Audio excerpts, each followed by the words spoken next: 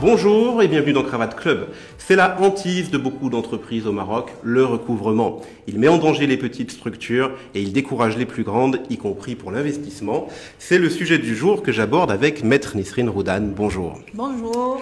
Alors Nisrine Roudan, quel regard portez-vous sur cette problématique qui est très présente au Maroc? C'est effectivement une problématique extrêmement importante qui touche non seulement les TPE ou les PME ou même les multinationales, mais c'est une problématique qui est d'une importance cruciale pour l'économie marocaine parce que ça impacte l'image du Maroc non seulement sur la scène nationale mais aussi internationale en matière de sécurité d'investissement, d'attractivité du Maroc, de classement doing business, etc.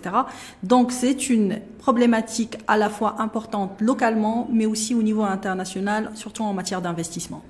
Quels conseils on peut donner aux entreprises justement pour anticiper cette problématique puisqu'elle est très présente? En la matière, je parle souvent de l'optimisation du recouvrement des créances. Je m'explique. Optimisation du recouvrement des créances, ça veut dire qu'il ne faut pas attendre que l'impayé tombe. Il faut agir en amont. Agir en amont, cela veut dire agir en phase contractuelle au moment du choix du prestataire du service, des clients, s'assurer de leur solvabilité, qu'ils sont crédibles, qu'il ne s'agit pas de prête-noms ou tout simplement de structures vides.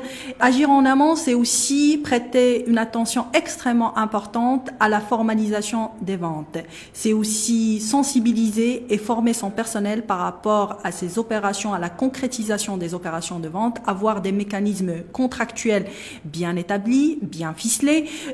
Ficeler aussi le processus de vente, que ce soit en matière de facturation, de réception de factures, en matière de banc de livraison, faire un suivi constant par rapport à l'encours client d'un client, aussi par rapport aux garanties, aux sûretés qu'on demande pour éviter justement l'impayé. Est-ce qu'au Maroc, on est bien équipé pour l'information financière? Vous évoquez justement un certain nombre de vérifications en amont. Écoutez, quand on cherche, on trouve.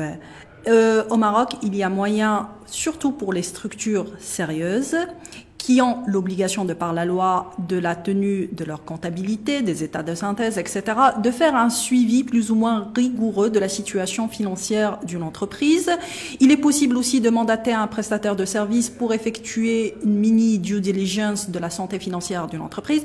Alors, une fois qu'on a fait tout ce qu'il fallait en amont et qu'on n'arrive toujours pas à se faire payer, quelles sont les options pour une entreprise? En fait, ça fait partie du processus et du cycle normal d'une entreprise.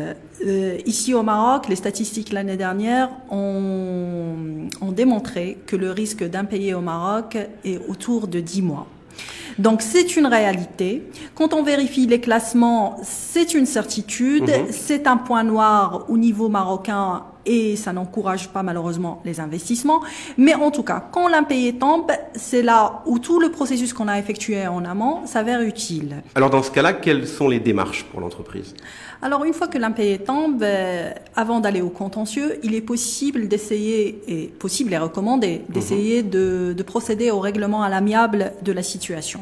Ça veut dire, le règlement à l'amiable, c'est d'essayer de trouver une solution, de collecter sa dette, d'obtenir le paiement. Cela peut se faire en interne, au sein de l'entreprise. Ça nous renvoie à l'importance de la formation du personnel d'une entreprise et à la formalisation. L'entreprise peut, avec ses moyens internes, essayer de collecter sa dette. Dans ce cas-là, je recommande fortement que la collecte et le recouvrement de la créance soient gérés par un autre département, passe par le département ou la personne qui a contractualisé la vente au démarrage. Pourquoi? Parce que ça envoie aussi un message aux débiteurs comme quoi l'entreprise, elle prend les choses sérieusement et qu'on est passé à une étape supérieure. Cette étape de recouvrement à l'amiable gérée par l'entreprise, elle est aussi utile parce que ça nous permet de nous rapprocher, ça permet aux clients, aux créanciers de se rapprocher de l'entreprise et éventuellement de collecter des informations qui pourraient s'avérer utiles, notamment sur la santé financière de l'entreprise. Est-ce qu'il y a des difficultés visibles qu'on peut constater? Ça, c'est pour ce qui concerne la gestion en interne du recouvrement à l'amiable. Il arrive un moment, j'imagine, où ça ne suffit plus. Il arrive un moment où ça ne suffit, mais il arrive aussi des moments où on parvient à collecter la créance ou du moins à obtenir un échelonnement, un rééchelonnement du paiement de la créance. Quand ça suffit plus ou qu'on n'opte pas pour un recouvrement à l'amiable géré en interne par l'entreprise, on peut avoir recours à un prestataire de services sur le marché. Il y a de nombreuses entreprises, de nombreux prestataires de services spécialisés dans le recouvrement de créances. Là aussi, même conseil, c'est de choisir avec beaucoup de précaution son prestataire de service, sachant que les avocats y sont habilités pour effectuer le recouvrement de créances avec l'aide de la machine judiciaire, des mesures extrajudiciaires, que ce soit l'utilisation ou le recours à un huissier de justice, les constats, les mises en demeure sur en tête d'un avocat, les saisies conservatoires, etc. Mais le but ultime étant de recouvrer la créance ou du moins obtenir un rééchelonnement de la créance en la matière. Mais il faut faire attention à l'élément temps parce que au cours de ce processus-là, il y a un timing qu'il est important de respecter. Alors une fois que toutes ces premières démarches se sont avérées inutiles, quelle est l'étape suivante d'un point de vue juridique ? L'étape suivante et peut-être finale est de passer à la vitesse supérieure, c'est-à-dire aller au contentieux. Aller au contentieux, cela va dépendre de la nature de la créance et aussi va dépendre des mesures qu'on a prises au départ de prévention et de précaution dont je vous ai parlé au début de l'émission. Quand on est en phase contentieuse, il est important d'intenter le procès non seulement pour le respect des délais de prescription, mais aussi d'un point de vue fiscal parce que en matière pour veiller à ce que la provision soit valable, le fisc exige que l'action en justice soit intentée dans les 12 mois de la provision de la créance dans le bilan. Donc ceci d'un côté. La gestion du procès devant les juridictions va être plus ou moins facile, va être plus ou moins rapide et va être plus ou moins efficace en fonction de la nature de la créance.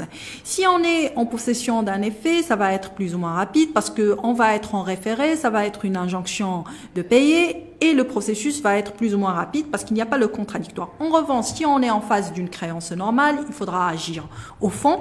Et là, je vous cache pas qu'on rencontre de nombreuses difficultés, notamment celles concernant la notification du débiteur, ou quand bien même si on parvient à notifier le débiteur, c'est l'exécution.